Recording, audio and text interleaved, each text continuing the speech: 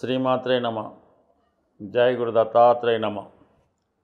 ఈ వీడియోలో మనం వృశ్చిక రాశి వారికి అక్టోబర్ 1 నుంచి డిసెంబర్ 31 మధ్యలో జరగబోయే త్రైమాసిక ఫలితాల్లో మీరు తీసుకోవలసినటువంటి జాగ్రత్తల గురించి తెలుసుకునే ప్రయత్నం చేద్దాం. ఏదైనా వృశ్చిక రాశి వారికి కుజుడు యొక్క స్థితి ఇంపార్టెంట్ అన్నమాట. మీ యొక్క జన్మజాతకంలో మీరు పుట్టినప్పుడు కుజుడు ఎంత బలంగా ఉంటే, అంటే ఎస్పెషల్లీ వృశ్చిక రాశి వారికి మీ యొక్క ఉద్యోగ ప్రయత్నాలు, అంటే ఉన్నత స్థాయి ఉద్యోగం, స్థిరాస్తి, భూములు, ఇవన్నీ కూడా పుట్టినప్పుడు కుజుడు యొక్క బలాన్ని బట్టి ఆధారపడి ఉంటాయి. గోచారరీత్యా కూడా కుజుడు సంచరిస్తున్నప్పుడు మీ యొక్క స్థితిగతులు, వ్యవహారాలు, ఆర్థిక విషయాలు చాలా వరకు మారుతూ ఉంటాయి. ముఖ్యంగా మీ యొక్క ఉద్యోగం, వివాహ జీవితం మీద కుజుడు యొక్క ప్రభావం ఎక్కువగా ఉంటుంది. చాలా సందర్భాల్లో ఈ వృశ్చిక రాశి వారు ఈ ధనం సంపాదించే ప్రయత్నంలో, ఉద్యోగ ప్రయత్నాల్లో కొంతవరకు కుటుంబానికి దూరంగా ఏదో విదేశంలోనో లేదంటే ఏదన్నా మిలిటరీ అలాగా సంస్థల్లో పనిచేస్తూ ఎక్కువ కష్టపడుతూ కుటుంబానికి దూరంగా ఉండేవాళ్ళు ఈ వృశ్చిక రాశిలో ఉంటారు. అటువంటి వాళ్ళే జీవితంలో బాగా పైకి వచ్చి సెకండ్ హాఫ్లో బాగా సుఖపడడం కూడా జరుగుతూ ఉంటుంది. అటువంటి వృశ్చిక రాశి వారికి కుజుడు ఈ అక్టోబర్ 27 వరకు 12వ స్థానంలో ఉన్నాడు. సో దీనివల్ల ఏంటంటే ఈ సమయంలో మీరు కుటుంబ అవసరాల కొరకు, సంతానం యొక్క విద్య, వాటి కొరకు ఎక్కువ ధనాన్ని ఖర్చు పెట్టడం, అలాగే స్థిరాస్తి కొనాలనే మీ ఆలోచన చాలా విపరీతంగా ప్రయత్నం చేస్తూ ఉంటారు. స్థిరాస్తి కొనాలని అది ఏదో విధంగా నెరవేరుతుంది. అలాగే ఏదన్నా ఈ అప్పులు అలాంటివి ఏమైనా ఉంటే, అంటే రుణాలు తీర్చే ప్రయత్నం చేస్తూ ఉంటారు. అంటే రుణాలు అన్నప్పుడు కేవలం మనం తీసుకున్న అప్పే కాకుండా తల్లిదండ్రులు చూడడం బాధ్యత, తమ్ముళ్ళని చదివించడం, ఏదో ఒక బాధ్యత సిస్టర్స్ వల్ల ఏదో వల్ల ఇవన్నీ కూడా ఈ సమయంలో మీకు ఎక్కువ భారాన్ని కలగజేయడం జరుగుతూ ఉంటుంది. తప్పదు, ఎందుకంటే కొన్నాళ్ళ పాటు మీకు ఏదో ఒక బర్డెన్ మీ మీద ఉండడం జరుగుతూ ఉంటుంది. ఇది గత జన్మది ఈ జన్మలో తీర్చుకోవడం అనుకోవాలి. అయితే అక్టోబర్ 27 నుంచి డిసెంబర్ 7 మధ్యలో కుజుడు రాశిలో ప్రవేశించడం వల్ల మీలో ఒక ఆత్మధైర్యం ప్రవేశిస్తుంది. అంటే ఎన్ని కష్టాలు ఉన్నా, ఎన్ని ఇబ్బందులు ఉన్నా మనిషి ధైర్యంగా ఉంటే ఏదన్నా సాధించగలడు అన్నటువంటి ధైర్యంతో ముందుకెళ్తూ ఉంటాడు. అలాగే కష్టాలు కూడా అతనికి దూరంగా జరుగుతూ ఉంటాయి. మనిషి బలహీనంగా ఉన్నప్పుడే కష్టాలు వచ్చి మీద పడుతుంటాయి. మరి ఈ సమయంలో మీరు మీ యొక్క అనారోగ్య సమస్యల నుంచి అయితేనే, ఆర్థిక సమస్యలను అయితేనే దాన్ని ఎదుర్కోవడం జరుగుతుంది. అంటే బయటపడడం వేరు, దాన్ని ఎదుర్కోవడం వేరు. అంటే మీ సమస్యలను మీరు సమర్థవంతంగా ఎదుర్కొని దాని నుంచి బయటపడడం జరుగుతుంది.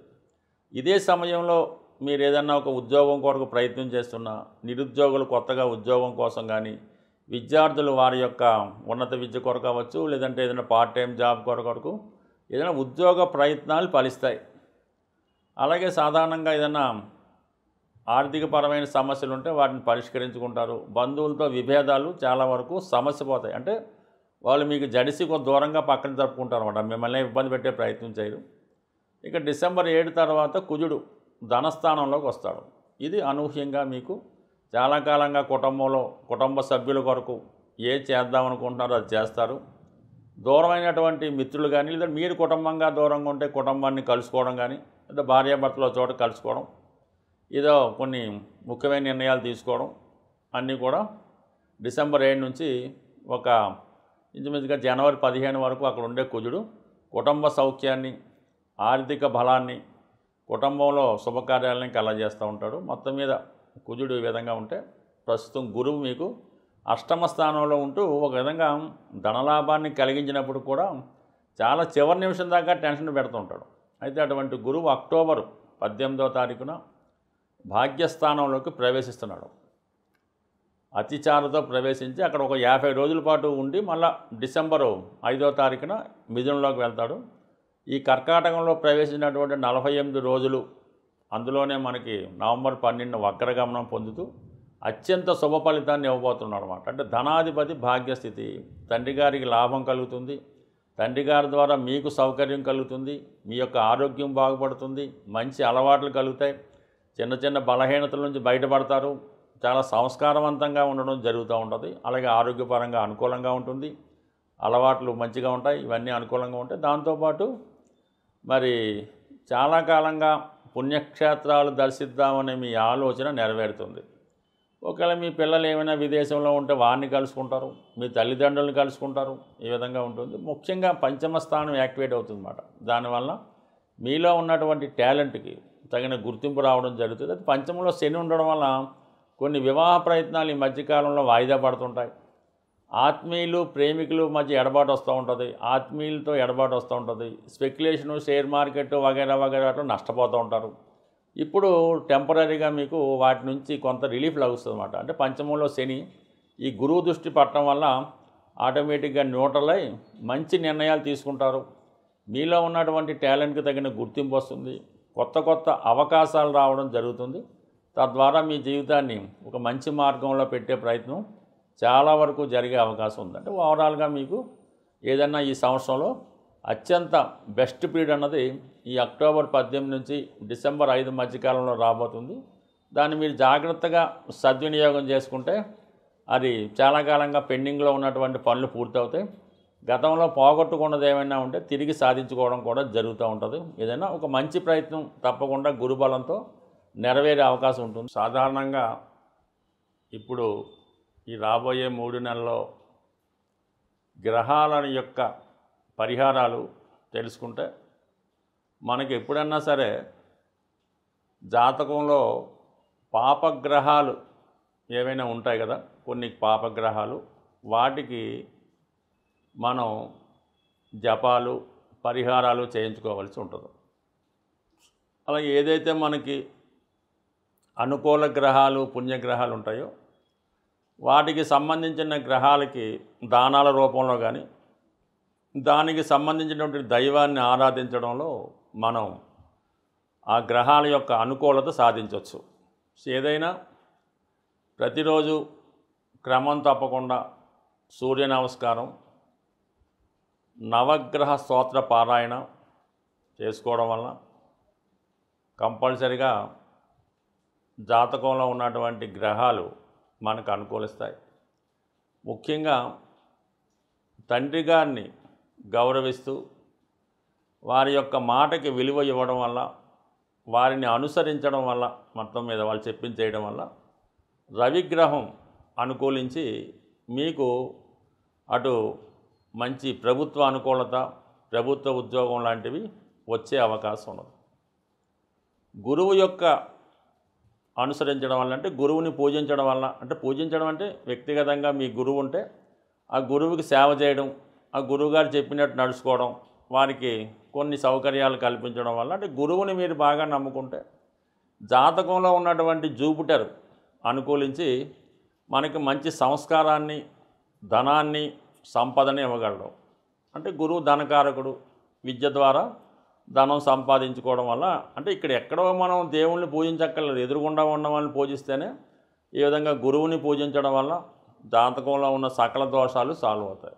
ఇంకా మదరు, తల్లిని సేవించడం వల్ల, తల్లిగారిని గౌరవించడం వల్ల, వారి ఇబ్బందుల్లో ఉంటే వారిని కొద్దిగా జీవనోపాధి కల్పించడం వల్ల మీకు జాతకంలో ఉన్నటువంటి చంద్రుడు యాక్టివేట్ అయి మీకు గృహ సౌఖ్యాన్ని కలిగించడం జరుగుతుంది. మనశ్శాంతిని కలిగిస్తాడు, ప్రశాంతంగా నిద్రపోగలుగుతారు. అంటే మీ యొక్క తల్లిగారిని మీరు సేవించడం వల్ల. ఇక శుక్రుడు అంటే మీ జీవితంలో మీ భార్యని గౌరవించడం వల్ల, వారిని మర్యాదగా చూడటం వల్ల, లేదంటే మీ పెద్ద కుమార్తె, మీ ఆడపిల్లల్ని, మీకు పుట్టినటువంటి ఆడపిల్లల్ని గౌరవంగా చూడటం వల్ల వాళ్ళకి సదుపాయాలు కల్పించడం, మీ సిస్టర్స్ వీళ్ళంతా కూడా శుక్రుని యొక్క కారకత్వాలు, వాళ్ళకి గౌరవప్రదంగా చూస్తూ వాళ్ళకి ఇవ్వవలసిన కానుకలు కానీ సాంప్రదాయంగా ఇవ్వాల్సింది కానీ ఇవ్వడం, సాధారణంగా స్త్రీధనం తీసుకోవడం కానీ, స్త్రీలకు ఇవ్వాల్సినటువంటి వాటా మన సాంప్రదాయ ప్రకారం గతంలో కేవలం మగపిల్లలకే వాటా ఉండేది, స్త్రీలకు ఏదో ఇచ్చి పంపిస్తుంటారు. కానీ ఇప్పుడు సమాజం ప్రకారం వాళ్ళకి ఏమైనా వాటా ఇవ్వాల్సి ఉంటే ఖచ్చితంగా మీరు వాళ్ళకి ఇవ్వాల్సింది వాళ్ళకి ఇచ్చేసేయండి. భగవంతుడు మీకు ఇవ్వాల్సింది మీకు ఇవ్వడం జరుగుతూ ఉంటుంది. ముఖ్యంగా స్త్రీధనం మీరు ఉపయోగించుకున్నా, దాన్ని మీరు సొంతం చేసుకున్నా, కంపల్సరీగా ఇబ్బందులు ఎదురుతూ ఉంటాయి. ముందు అలవంటిది ఏమన్నా ఉంటే మీరు మీ చెల్లెలకో మీ అక్కగారికో ఇవ్వాల్సింది ఏమన్నా ఉంటే కట్నం రూపంలో అవ్వచ్చు, కానుకల రూపంలో అవ్వచ్చు, కంపల్సరీగా ఇవ్వండి.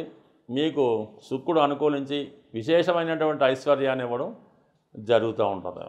అలాగే కుజుడు సహకరించాలంటే మీ తోడబుట్టిన వాళ్ళు అంటే మీ తమ్ముడిని చదివించడమో, వాడిని మంచి మార్గంలో పెట్టడం, వాడు ఏమైనా ఇబ్బందుల్లో ఉంటే వాడిని సరైన మార్గంలో పెట్టడం వల్ల కుజుడు యాక్టివేట్ అవ్వడం వల్ల మీకు భూములు స్థిరాస్తులు కలిసి వస్తాయి, మానసిక ధైర్యం కలుగుతుంది, మంచి సంతానం కలిగే అవకాశం అది ఉంటుంది. సో అలాగే మరి బుధుడు మరి మీ యొక్క చిన్న చెల్లెలు కానీ అలాగే మీ చిన్న కుమార్తె కానీ దానికి బుధుడు కారకత్వం వహిస్తూ ఉంటారు.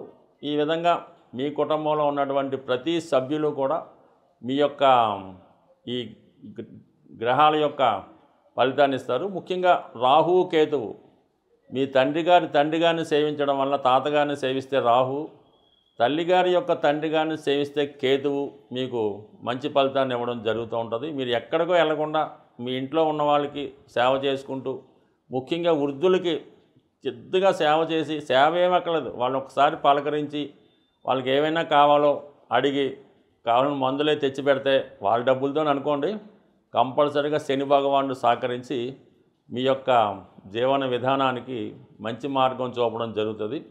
ప్రస్తుతం దీన్ని మించిన రెమెడీ అయితే ఏది ఉండదు. మీరు వేల లక్షల కోట్లు ఖర్చు పెట్టడం కన్నా మీ ఇంట్లో ఉన్న వాళ్ళని ముందు జాగ్రత్తగా చూస్తే మంచిది.